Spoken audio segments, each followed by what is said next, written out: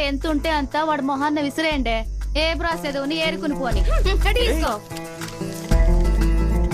ఏంటి పాన్స్ పౌడరా? వాసన అద్దరుతోంది.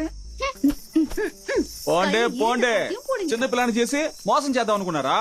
నేను కళ్ళేప నీళ్ళలో దొరికితేనే కడిగి తీసుకుంటాను, కిందేసిరేస్తే వదులుతానా?